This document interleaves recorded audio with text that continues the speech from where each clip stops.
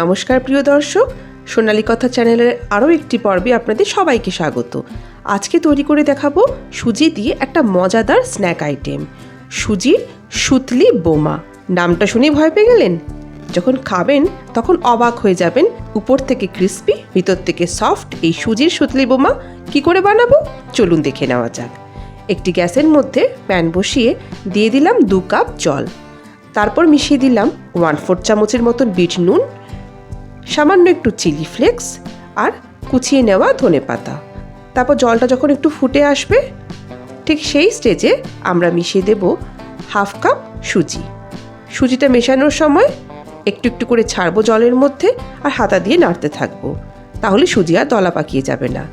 এবার বেশ ভালো করে সুজিটাকে এই জলের মধ্যে সিদ্ধ করে নেব।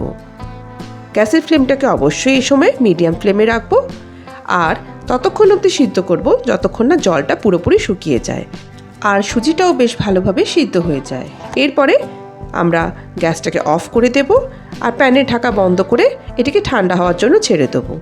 অন্যদিকে একটি বাটির মধ্যে নিয়ে নিয়েছি 2 চামচের মতন রেড চিলি সস, 2 চামচ টমেটো সস, সামান্য একটু চিলি ফ্লেক্স, যদিও এটা অপশনাল, বাচ্চাদের জন্য বানালে ঝাল কম দিতে পারেন। দিয়ে দিলাম 2 চামচ ময়দা আর 1 চামচ চালের গুঁড়ো।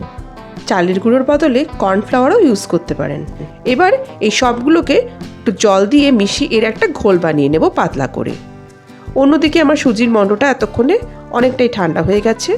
এবার এটাকে একটা বাটির মধ্যে আমরা শিফট করে নিলাম আর তারপর এর মধ্যে মিশিয়ে দিচ্ছি একটা বড় সাইজের আলুকে সিদ্ধ করে রেখেছিলাম সেটা। আলুর বদলে আপনারা এখানে পনিরও গ্রেট করে দিয়ে দিতে পারেন। তারপর মিশিয়ে দিচ্ছি 1/4 চামচের মতন গোলমরিচের গুঁড়ো আর কাশ্মীরি লাল লঙ্কার গুঁড়ো। তারপর এরকম একটা পটেটো স্ম্যাশার যদি থাকে সেটা দিয়ে বেশ ভালো করে আলুগুলোকে স্ম্যাশ করে সুজির মণ্ডের মধ্যে মিশিয়ে দিলাম। সবগুলো ভালোভাবে মেশানো হয়ে গেলে এবার আমরা বড় বড় করে লেচি কেটে নেব আর তারপর এরকম একটা বেলনি চাকি নিয়ে নিয়েছি, তার উপর এটাকে রোল পাকিয়ে একটু লম্বাটে শেপ দিয়ে দেবো। শেপ আপনারা আপনাদের ইচ্ছা মতন দিতে পারেন, তবে আমি যেহেতু আজকে এখানে সুতলি বোমা বানাচ্ছি তাই আমি শেপটা ঠিক ওই রকমই রেখেছি। এবার ছুরি দিয়ে কেটে নেব যাতে প্রত্যেকটা বোমা একই শেপের হয়। সাইডগুলো একটু আঙুল দিয়ে আস্তে আস্তে করে চেপে দিচ্ছি যাতে এটা স্মুথ হয়ে যায়। এইভাবে একে একে আমি আমার সমস্ত সুজির মণ্ডগুলো এরকম শেপ দিয়ে দিয়েছি। এবার যেহেতু সুতলি বোমা তাই সুতোর বদলে আমরা এখানে ইউজ করে নিয়েছি সিদ্ধ করে রাখা নুডলস এবং তারপরে এই সিদ্ধ করা নুডলসগুলোকে এইভাবে জড়িয়ে নেব। কত মজা দেখতে হয়ে যাচ্ছে আপনারা দেখুন।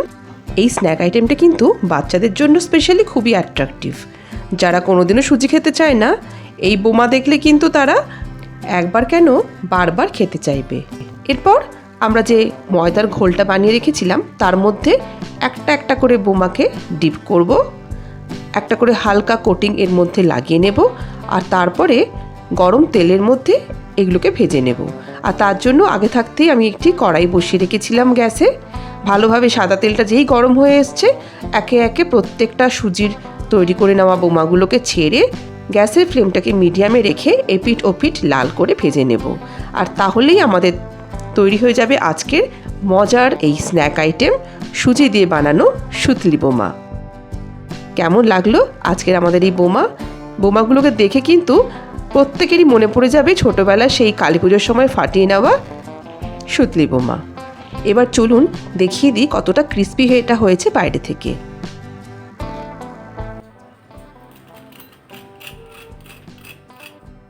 এবার একটা বোমা ভেঙেও দেখাই। দেখুন কত সুন্দর ভিতর থেকে সফট আর টেস্টি। তাহলে আর দেরি কেন বন্ধুরা, চটপট আপনারাও এরকম বোমা বানিয়ে বাড়ির সবাইকে অবাক করে দিন। আর রেসিপিটি ভালো লাগলে অবশ্যই আমার চ্যানেলকে সাবস্ক্রাইব করে ফেলুন। এরকম মজার মজার রেসিপি দেখতে হলে অবশ্যই নিয়মিত আমার চ্যানেলকে দেখতে থাকুন। সবাই ভালো থাকুন, সুস্থ থাকুন। আবার চলে আসবো অন্যদিন অন্য কোনো মজার রেসিপি নিয়ে। নমস্কার।